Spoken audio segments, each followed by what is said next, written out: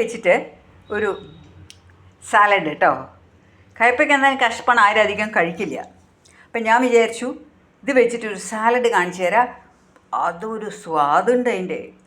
നിങ്ങൾ പിന്നെ എത്ര കയ്പ്പയ്ക്ക ഇഷ്ടമില്ലാത്തവരും ഈ കയ്പ്പയ്ക്ക എന്ന് പറഞ്ഞിട്ട് ചിലവർ കഴിക്കേണ്ടതെന്ന് ഓർത്തില്ല. പക്ഷേ ഇത് കഴിച്ചു നോക്കിയാൽ നിങ്ങൾക്ക് അറിയാം അതിൻ്റെ ടേസ്റ്റ് എങ്ങനെയാണെന്ന്. അപ്പോൾ അതിനിങ്ങനെ ഘനമില്ലാത്ത മാതിരി കുറച്ച് മുറിക്കുക ആദ്യം കേട്ടോ. ഇത് ഞാനിങ്ങനെ സ്ലൈസ് ചെയ്യണം കത്തി വെച്ചിട്ട്.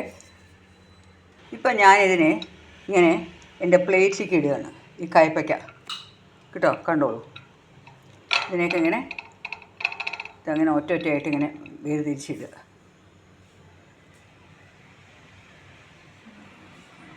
ഇപ്പോൾ ഈ കയ്പ്പയ്ക്ക എല്ലാം ഇങ്ങനെ ഇടുകയാണ് കേട്ടോ.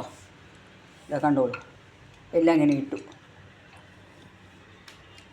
ഞാനിപ്പോൾ അതൊരു വലിയ കയ്പ്പയ്ക്ക ആയതുകൊണ്ട് പകുതി എടുത്തു കേട്ടോ. ഇതൊരു സാലഡാണല്ലോ, ഇത് ഇനിയും കഷ്ണങ്ങൾ ചേരാനുണ്ട്. അപ്പോൾ ഇതിനെ ഇങ്ങനെ ഞാൻ വെച്ചിട്ട് ഞാനിനി എന്താ ചെയ്യാൻ പോണേ, ഇതിൻ്റെ മുകളിലേക്ക് ലേശം എണ്ണ ഒഴിക്കുക. വളരെ ഒരു സ്പൂൺ കേട്ടോ, ഒരുപാട് ഒഴിക്കരുത്. ഉപ്പിടരുത്, ഉപ്പിടാൻ പാടില്ല. എന്നിട്ട് ഞാനിതിന് ഓവണിൽ വെക്കാൻ പോവാണ്. ഇത് ഓവൺ ഇല്ലാത്തവർക്ക് എന്ത് ചെയ്യാം, ഇത് എണ്ണയിൽ ഷാലോ ഫ്രൈ ചെയ്യില്ല. എണ്ണയിലെന്ന് പറഞ്ഞാൽ കുറച്ച് എണ്ണ ഒഴിച്ചിട്ട് നമ്മൾ വതക്കില്ലേ, അങ്ങനെ ചെയ്യാം. ഇപ്പോൾ ഞാനിതിലേക്ക് ഒരു സ്പൂണ് കേട്ടോ, ഒരു ടീസ്പൂൺ, ഒരുപാടൊന്നുമില്ല, ഇതങ്ങനെ എണ്ണ ഒഴിക്കുക. എന്നിട്ട് ഞാനിതിനെ ഓവണിൽ വെക്കാൻ പോകണം. ഇപ്പോൾ ആ സാലഡിലേക്ക് വേണ്ടി ഇനി എന്തൊക്കെ അറിയോ സാധനങ്ങൾ വേണ്ടത്? ഒരു മീഡിയം സൈസ് ഉള്ളി, ഒരു ചെറിയ തക്കാളി. ഈ തക്കാളിയുടെ ഉള്ളിലത്തെ നീരും കുരുവൊക്കെ കളഞ്ഞ് ആ ഔട്ടർ ഫ്ലഷ് പോർഷനാണ് എടുത്തിരിക്കുന്നത്. കുറച്ച് മല്ലിയില കാണുന്നുണ്ടല്ലോ, ഒരു 3 പച്ചമുളക്. ഇനി ഇതിലത്തെ ഉള്ളി മാത്രം എടുത്തിട്ട് ഞാൻ ഇതിലേക്ക് ഇങ്ങനെ ഇടുകയാണ് കേട്ടോ. ഉള്ളി എടുത്തിട്ട് ഇതിലിടുകയാണ്.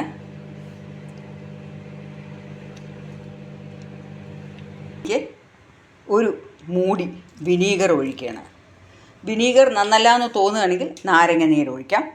പക്ഷെ കുറച്ച് ടേസ്റ്റ് ഇതിനാണെന്ന് തോന്നുന്നു. കുറച്ച് ഉപ്പിടുക. ഇപ്പോൾ ഇതിലേക്ക് ലേശം ഉപ്പിട്ടിട്ട് കുറച്ച് പഞ്ചസാര കേട്ടോ. എന്നിട്ട് ഇതെല്ലാം കൂടി കൈ കൊണ്ട് ഇങ്ങനെ ഒന്ന് ഇളക്കുക. എന്തിനറിയോ, ഈ ഉള്ളിയൊക്കെ ഒന്ന് പിടിക്കുക. കട്ടയായിട്ട് കിടക്കുന്നുണ്ടെങ്കിൽ എല്ലാം ഒന്ന് പിടിക്കുക കേട്ടോ. അപ്പോൾ ഇതിങ്ങനെ ചെയ്ത് കഴിഞ്ഞിട്ട് ഇനി അപ്പോഴേക്കും നമ്മുടെ അത് വറുത്ത് വരുന്നുണ്ടോ. ഓവനിലാണ് ഞാൻ വെച്ചിരിക്കുന്നത്, അതൊന്ന് വറുത്ത് വരട്ടെ കേട്ടോ.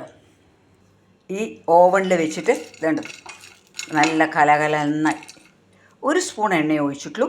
ഇതേമാതിരി നമുക്ക് ഓവനിൽ ചെയ്യേണ്ട, ഓവനില്ലാത്തവർക്ക് ഒരു ഡ്രൈ പാനിൽ ഒരു സ്പൂൺ എണ്ണ ഒഴിച്ചിട്ട് അതിനെങ്ങനെ വറുത്തെടുക്കാം. അപ്പോൾ ഇനി എന്താ ചെയ്യാൻ പോകണമെന്ന് കണ്ടോളൂ. ഇനി ഈ പച്ചമുളക് ഇടുന്നുണ്ട്. ഇപ്പോൾ ആ ഉള്ളിയിൽ ഞാനിതെല്ലാം ഇട്ടുമല്ലോ. പച്ചമുളക് ഇടുന്നുണ്ട്, മല്ലിയില ഇടുന്നുണ്ട്, എല്ലാം കേട്ടോ. എന്നിട്ട് ഇതൊന്നും ഇനി കൈ കൊണ്ടിട്ട് ഇളക്കരുത്, എല്ലാം ഒന്ന് ഷെയ്ക്ക് ചെയ്ത് കൊടുക്കുക കേട്ടോ. എല്ലാം കൂടി ഒന്ന് ഷെയ്ക്ക് ചെയ്ത് കൊടുക്കുക. ഇതും ഇടുന്നുണ്ട്.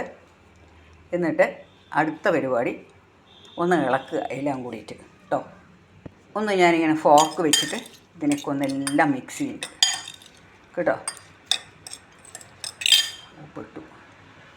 ഇപ്പോൾ ഞാൻ ആ കയ്പ്പയ്ക്ക അത് ഇടുന്ന വീഡിയോ പോയി, ഇതാ കണ്ടോ. കയ്പ്പയ്ക്ക എല്ലാം ഇതിലിട്ടു. ഇനി അതിനൊന്നും ചെയ്യരുത്, ഒന്ന് നന്നായി ഇളക്കുക അതങ്ങനെ. എന്നിട്ട് നിങ്ങളൊന്ന് കഴിച്ചു നോക്കൂ.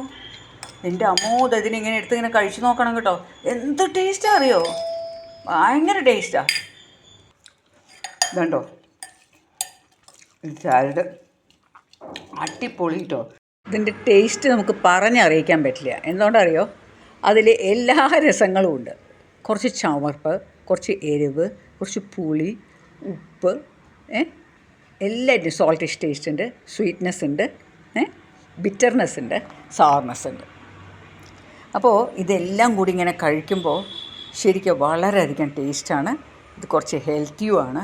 എന്താ കാരണം വെച്ചാൽ ഞാൻ അതിനെ എണ്ണയിൽ പൊരിച്ചെടുത്തിട്ടില്ല കയ്പ്പയ്ക്ക കേട്ടോ.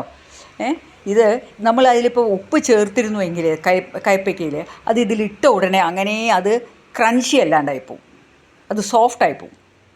അപ്പോൾ കയ്പ്പയ്ക്ക ഉപ്പിടാണ്ട് നമ്മളതിനെ പൊരിച്ചെടുക്കണം. അതിപ്പോൾ ഓവനിലാണെങ്കിലും ഇതിലാണെങ്കിലും. അപ്പോൾ ഇതെല്ലാവരും ഒന്ന് try you friends. See you in the next video.